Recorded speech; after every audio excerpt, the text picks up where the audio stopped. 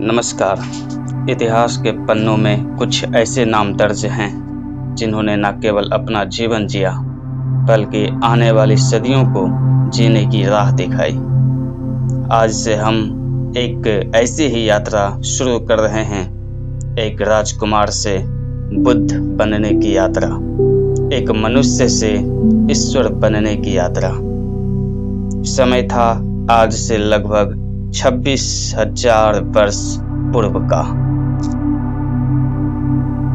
भारतवर्ष के उत्तर में हिमालय की गोद में बसा था एक समृद्ध राज्य, कपिलवस्तु। यह शाक्य वंशियों का गढ़ था। यहाँ के राजा थे शुद्धोधन। राजा शुद्धोधन इक्ष्वाकु वंश के क्षत्रिय थे, जिनका स्वभाव न्यायप्रिय और दृढ़ था। उनकी प्रजा सुखी थी, धन धान्य की कोई कमी नहीं थी, लेकिन राजा के विशाल महल में एक सन्नाटा था। राजा शुद्धोधन और उनकी धर्मपत्नी कोलीय वंश की राजकुमारी महारानी महामाया दोनों के जीवन में सब कुछ था, लेकिन एक संतान की किलकारी नहीं थी। वर्षों बीत चुके थे, उत्तराधिकारी की आस धूमिल होती जा रही थी। वह आषाढ़ मास की पूर्णिमा की रात थी। कपिलवस्तु उत्सव मना रहा था। महारानी महामाया ने दान पुण्य किया और अपने कक्ष में विश्राम करने गई। जैसे ही उनकी आंखें लगी, उन्होंने एक ऐसा स्वप्न देखा जिसने इस धरती का इतिहास बदलने का संकेत दिया। स्वप्न में रानी ने देखा कि 4 दिशाओं के रक्षक दिक्पाल आए और उन्हें एक पलंग सहित उठाकर हिमालय की ऊंचाइयों पर ले गए। वहां एक विशाल साल के वृक्ष के नीचे उन्हें लिटाया गया। देवियों ने उन्हें मानसरोवर के पवित्र जल से स्नान कराया और दिव्य वस्त्र पहनाए। तभी उत्तर दिशा से एक श्वेत हाथी प्रकट हुआ। वह हाथी सामान्य नहीं था, वह दूध सा सफेद था और उसके 6 दांत थे, जो 6 आयामों का प्रतीक थे। अपने शुंड में एक श्वेत कमल का पुष्प लिए वह हाथी धीरे धीरे रानी के पास आया। उसने 3 बार रानी की प्रदक्षिणा की और फिर उनके दाहिनी ओर से उनके गर्भ में प्रवेश कर गया।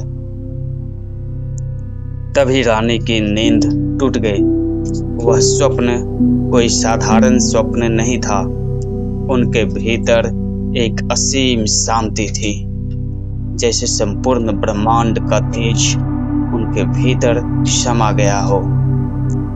उसी क्षण धरती भी हल्के से कांपी, जैसे किसी महापुरुष के आगमन का स्वागत कर रही हो।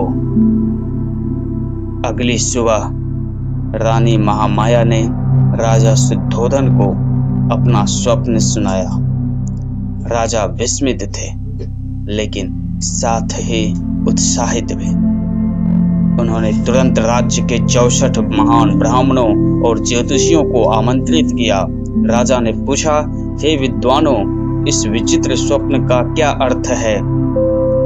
विद्वानों ने आपस में विचार किया और फिर जो उत्तर दिया उसे राजा को चिंता और गर्व दोनों के सागर में डुबो दिया। उन्होंने कहा, हे राजन, प्रसन्न होइए। महारानी के गर्भ में एक महान आत्मा ने प्रवेश किया है। आपको पुत्र रत्न की प्राप्ति होगी।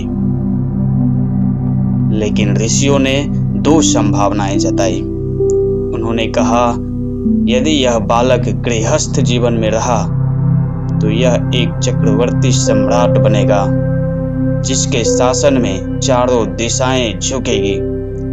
किंतु यदि इस बालक ने दुख को देख लिया और वैराग्य धारण किया तो यह संबुद्ध बनेगा, जो संसार के अज्ञान के अंधकार को मिटा देगा। राजा शुद्धोधन क्षत्रिय थे। वे चाहते थे कि उनका पुत्र एक महान योद्धा और सम्राट बने। बुद्ध या सन्यासी बनने की बात ने उन्हें भीतर से डरा दिया। उन्होंने मन ही मन संकल्प लिया कि वे अपने पुत्र को कभी दुख की परछाई भी नहीं पड़ने देंगे। समय बीतता गया, प्रसव का समय निकट आया। उस समय की परंपरा के अनुसार रानी महामाया अपने प्रसव के लिए अपने मायके देवदह जा रही थी। कपिलवस्तु और देवदह के बीच में एक सुंदर उद्यान था, लुम्बिनी। साल के वृक्ष से भरे वह वन उस समय फूलों से लदा हुआ था। वैशाख पूर्णिमा का दिन था। लुम्बिनी की सुंदरता देख रानी पालकी से उतरी।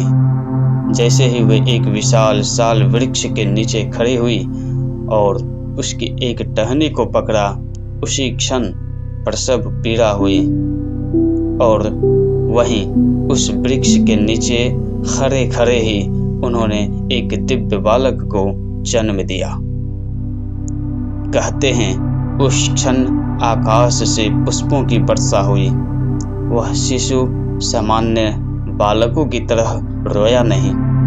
जन्म लेते ही वह अपने पैरों पर खड़ा हो गया। ग्रंथ बताते हैं कि जन्म के तुरंत बाद वह बालक उत्तर दिशा की ओर 7 कदम चला और आश्चर्य, जहां जहां उसके नन्हे पांव पड़े वहां वहां धरती से कमल के फूल खिल उठे। 7वें कदम पर रुककर उस नवजात ने घोषणा की, यह मेरा अंतिम जन्म है, अब मैं मुक्ति के लिए आया हूं।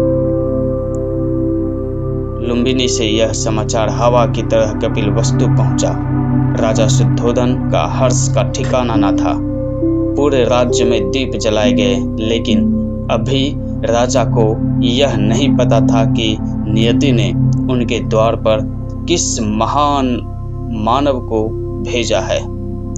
एक तरफ पिता का मोह था और दूसरी तरफ विश्व का कल्याण। कपिलवस्तु खुशियों में डूबा हुआ था, लेकिन हिमालय की गुफाओं में बैठे एक महान तपस्वी कालदेव, जिन्हें असित मुनि भी कहा जाता है, उन्होंने देवताओं को उत्सव मनाते हुए देखा। उन्हें आभास हो गया कि धरती पर सत्य का सूर्य उग चुका है। वे दौड़े दौड़े महल की ओर आए। आखिर क्यों उस नवजात शिशु को देखकर रो पड़े थे महान तपस्वी असित मुनि? क्यों राजा शुद्धोधन ने अपने ही बेटे के लिए महल को एक पिंजरे में बदल दिया? जानेंगे हम इस महायात्रा के अगले पड़ाव में। तब तक के लिए नमो बुद्धाय।